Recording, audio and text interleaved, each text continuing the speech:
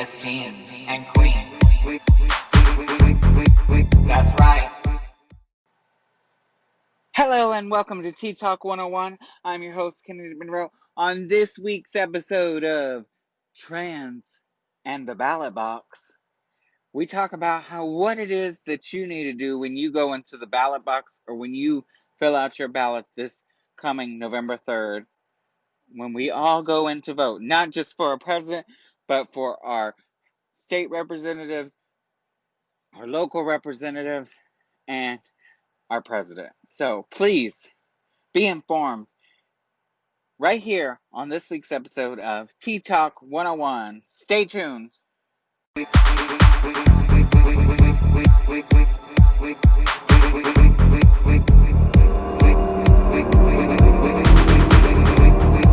all just want to be seen.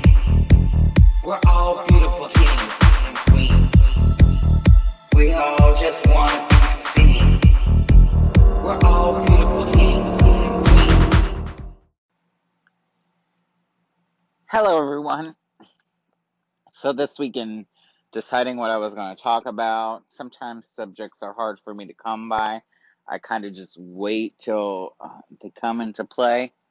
But I'm also an ambassador for Drag Out the Vote. And in that sense is that I'm supposed to educate people on voting, try to get LGBTQ people out to vote, or anybody out to vote, and help them register, help them figure out things. And in that process, as an ambassador for an organization like Drag Out the Vote, we cannot tell you who to vote for, we can't suggest who to vote for, but we can talk about policies and how a policy can affect your life, my life, etc. So, for example, there's things happening right now against trans people, especially, but also the LGBTQ community, that is discrimination. It's policies that are being enacted or taken away. And so I felt like in my job as an ambassador for Drag Out the Vote is I want to tell my story about voting, being trans, and how it's scary to vote, and how it took me so long. It wasn't until I was 26 till I voted for the first time, and how scary it can be as a trans person to go out and vote. But I also wanted to talk about policies that affect our lives as trans people, that affect us as human beings, and to educate and to let you know what is out there, what is on the plate, what is out there. And that can help you find out what candidate best serves you in the process. What best candidates will help you in your life moving forward. Now, not every politician is perfect. Not every politician is going to give you everything you want. Trust me, I know that. But you have to think about the politician that's going to help your life the most in that time period that they're serving office. You also have to remember that it's not just about the presidential candidate. You have to look at the Congress and the Senate. And as you see, the Congress, the House of Representatives, is very Democrat right now. The Senate is very Republican. You see how things are not happening because of people in those houses of Congress. So, in order to get policies that affect us as trans people and LGBTQ people is that we must vote. And it's not just voting for our president. It's voting for our senators. It's voting for our Congress people. It's voting for our state representatives. Even in our state, because a lot of laws are governed by the state that affect us. So we need to vote for the right people in our own state as well. So you need to educate yourself on who you're going to go into the polls and vote for. Vote early. if you can't get a mail-in voting, like for example, I can't get mail-in voting in the state of Texas because I have no real good excuse, and they don't allow COVID to be an excuse. So I am planning, me and my husband are planning to go to the polls early, like the first week they open, and we're going to vote. But I'm going to go in educated with who I'm going to vote for throughout the slate of my ballot. And that's what you have to do. So you have to do research. You have to find out things. You have to see what candidates will protect you, who will be on your side moving forward. Okay? And sometimes those people are on one party line on the other. So sometimes you can't vote a straight party line ticket. Sometimes you can. But that is up to you. And you have to do your research. So, some things that have been intact in the past year that I want to bring up that I was doing research on to help promote policies and how trans people need to vote.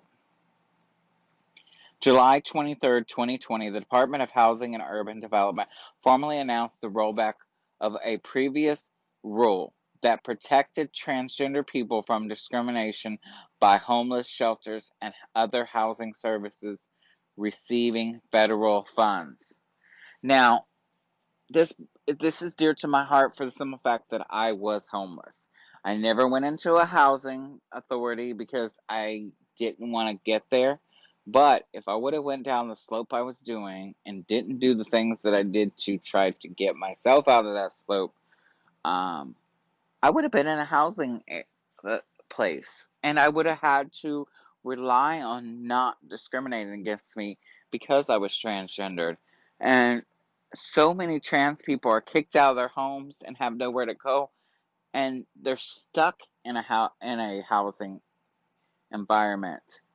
And now they can be kicked out just for being trans or not allowed in because they're trans. And right now we're in a pandemic where people are getting evicted from their homes because they don't have a job, because jobs have closed. And now I just think about those transgender people who had a job, who now don't have a job, and how it impacts them and where they're going to go. And it just makes me sad. So I'm just really heartbroken right now over that. On June 19th, 2020, the Department of Health and Human Services announced that it finalized the extensive rollback of health care discrimination rules to eliminate the protections for transgender people experience discrimination in healthcare setting and or by insurance companies denying transition-related care, as well as to weaken non-discriminatory access to healthcare for those with limited English proficiency. This right here just tears at my soul because it wasn't until the Affordable Care Act came out that I actually even got some kind of hormones that I wasn't getting illegally on the streets or on through friends who had hormones I was buying. Like literally, I did not get any kind of trans health services until the Affordable Care Act came out, literally, and I didn't even. Right before that, I was paying a doctor 120, I think 120 or $150 a year to visit him, so he could prescribe me a year of hormones, and then he would send my shots to uh, this this this place. I can't remember, but it was some kind of I don't know what it's called, but it's a place where they make the stuff, and it's cheaper that way. And so I would pay like $40 for a bottle of estradiol for shots. So this right here just breaks my heart because I've seen the effect of transition from for people. I've also, it's been amazing that my insurance that I have through my company paid for my husband's top surgery. We only paid $500 out of pocket. He'd been waiting 8 years for that. I mean, he was overjoyed. I got to see how he just changed after he was able to get that surgery. So something like this would really harm people who have had access to things but now can be discriminated against by an insurance company or doctors. And it's just horrible. And I think everybody should have the right to have insurance and surgeries. And I think everybody should have access to health care. I don't know if Medicare for all is the option, but I do know that if you can't afford medical, you should be able to be given assistance to get medical. That's just my opinion. I struggled for a long time not having any insurance. All the way in my 20s, all the way up to my 30s, did I have some kind of insurance. Got to visit a doctor and deal with all that. It, when I transitioned, it was a whole different world when it came to medical issues. On May 15th, 2020, the Department of Education issued a letter declaring that the federal Title IX rule requires school to ban transgender students from participating in school sports and threatening to withhold funding from Connecticut schools if they do not comply. Poor kids. On May 8th, 2020, the Department of Health and Human Services published a final rule eliminating collection of sexual orientation data on foster youth and foster and adoptive parents, guardians, and rejecting proposals to collect gender identity data. On May 6, 2020, the Department of Education published a final rule encouraging schools to dramatically weaken protections for student survivors of sexual violence and harassment and eliminating provisions that encourage religiously affiliated schools to notify the department and the public of their intent to discriminate on the basis of sex under the Title IX waiver. On March 26, 2020, the Department of Justice filed a court brief in the District of Connecticut in opposition to a Connecticut interscholastic athletic conference policy that allows transgender athletes to play sports with their peers. So you see where March 22nd, then the May 15th ruling. So we're going backwards. On February 27th, 2020, the Department of Justice filed another court brief, this time in the Western District of Kentucky, expressing their view of the United States that anti-LGBTQ discrimination is not a sufficient government interest to overcome the objections of private businesses who want to deny expressive services such as photography services to LGBTQ people, and that these businesses must be permitted to opt out of complying with local non-discrimination laws. So that means, of course, like the people that didn't want to make cake for the gay wedding, stuff like that. It is serious. These people use religion to discriminate against. And you know what's crazy is that I I grew up Methodist. I grew up in a religious household, and I grew up but I also grew up with questioning things. And I just remember Jesus was never a hateful person. Jesus would never discriminate against. And if Jesus was walking on earth right now, he would be with the LGBTQ community. And all these so-called Christians are just not doing Jesus's way. And it sucks and it's sad.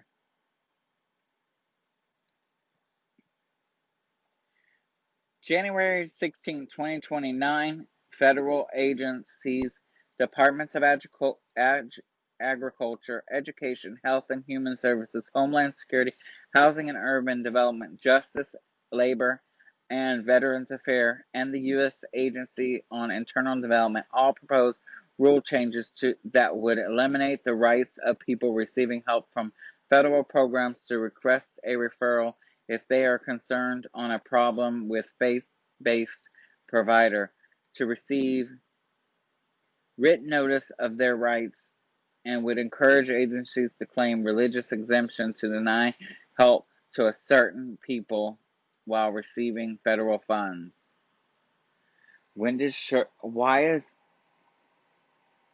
I was always taught in school and government the church and state is separate, but I'm starting to realize that that is not the case right now, and that we are using religious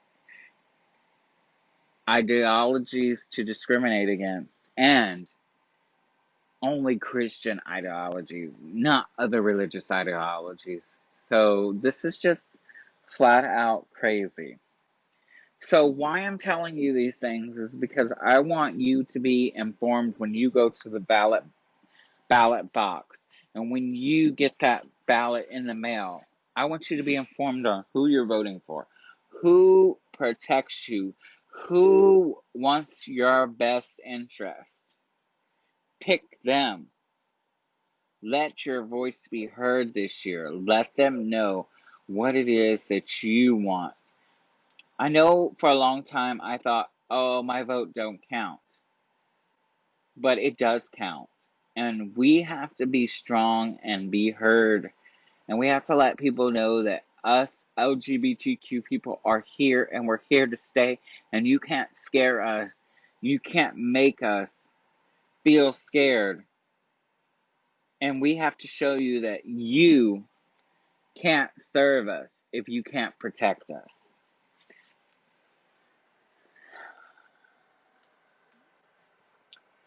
"2020 has been a messed up year, and so many things have gone on, and so many of us are struggling just to get by. And that doesn't just mean physical, that means mental. A lot of us are stuck home. A lot of us are just in need of something. And we have to change that. We have to get back on track. We have to get out of this pandemic, and you have to vote for people that are going to help us get out of this situation we're in. We also have to protect the racial divide in this world. We have to stand up for black people, colored people. We have to stand up for our brown and people. We just have to be there for them. We have to be allies. If we're white people, we have to be allies for the black community, for the people of color. We have to let our voices project their movement. We have to look inside ourselves, and we have to vote for the right people that protect the racial divide in this world. We have to change that. We can't go backwards. We have to go forward. And I know that I have white privilege. And white privilege does not mean that, oh, you're poor, so you really don't have white privilege. You do have white privilege. And I explained this to someone the other day. White privilege, excuse me, white privilege is when you can get pulled over by a cop, never once asked to get out of your car. You either get a citation or you get a warning, and you go on your merry way. Whereas a black person gets pulled over by a cop, 9 times out of 10, they're questioned.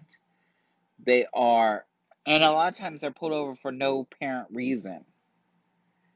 and they are harassed and sometimes pulled out of the car just because they're black. So you can be poor and white and still have white privilege. White privilege means you can walk through society without discrimination just because of the color of your skin. Black people do not have that right.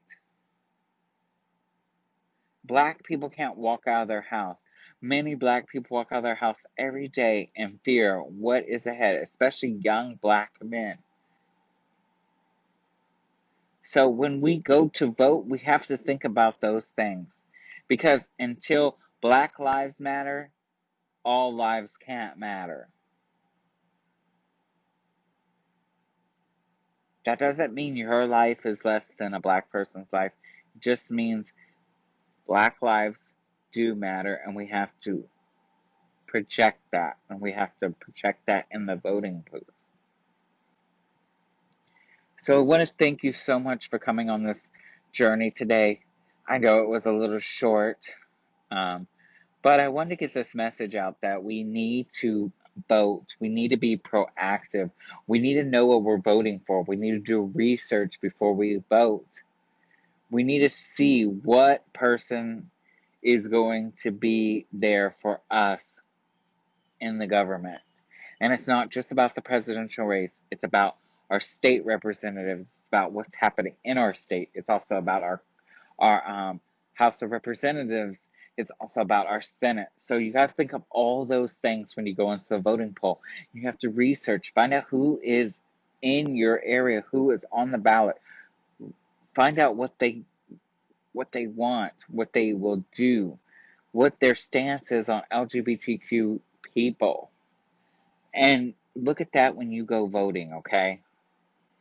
And of course, you can always reach out to me. Visit my site at KennedyMonroe.com. You can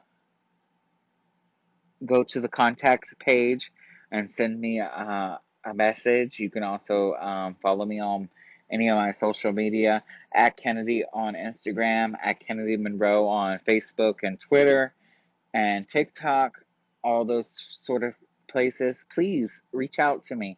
If you are interested in also snail mail, I do have a P.O. box now, and it is live on my website. So go over to KennedyMonroe.com. It's also in the description below. For all information for my music, for the fabulous song that plays at the beginning of this podcast is me. It's my song. It's my trans anthem. And you can go listen to it on Spotify, Apple Music, Amazon Music. Just look for Kennedy Monroe in any place that you listen to your music and, support local artists. And I hope you have a wonderful week, and thank you for tuning in, and please share this, comment on this wherever you're listening to it, rate this podcast, go listen to my other podcast episodes if you haven't. Just help grow my podcast into the amazing thing it once was. I'm planning on starting to interview people, and I would love them to get a lot of attention from just being on my podcast. So anyway, I hope you have a wonderful, wonderful week. And just remember, you are loved, you are valid, and you are beautiful. And never let anybody take that away. Okay? Bye.